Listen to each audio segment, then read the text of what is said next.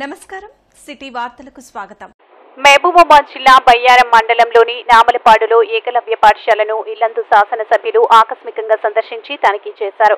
విద్యార్థులకు ఎటువంటి అసౌకర్యం కలగకూడదని అక్కడి అధికారులను ఆదేశించారు। అక్కడున్నటువంటి విద్యార్థుల వివరాలు, వారికి ఉన్నటువంటి వస్తువుల విషయాలను అడిగి తెలుసుకోవడం జరిగింది। పాఠశాలలో పిల్లలకు పెట్టే భోజనంను పరిశీలించడం జరిగింది। పిల్లలకు ఎటువంటి అసౌకర్యం కలగకుండా తగు జాగ్రత్తలు తీసుకోవాలని, వర్షాల కారణంగా సీజనల్ వ్యాధులు వచ్చేటటువంటి పరిస్థితి ఉంది కాబట్టి మెనూ సక్రమంగా పాటించాలని, ఆరోగ్య సమస్యలు తలెత్తకుండా వైద్య పరీక్షలు నిర్వహిస్తూ కంటికి రెప్పల్లా పిల్లలను కాపాడుకోవాలని తెలియజేయడం జరిగింది।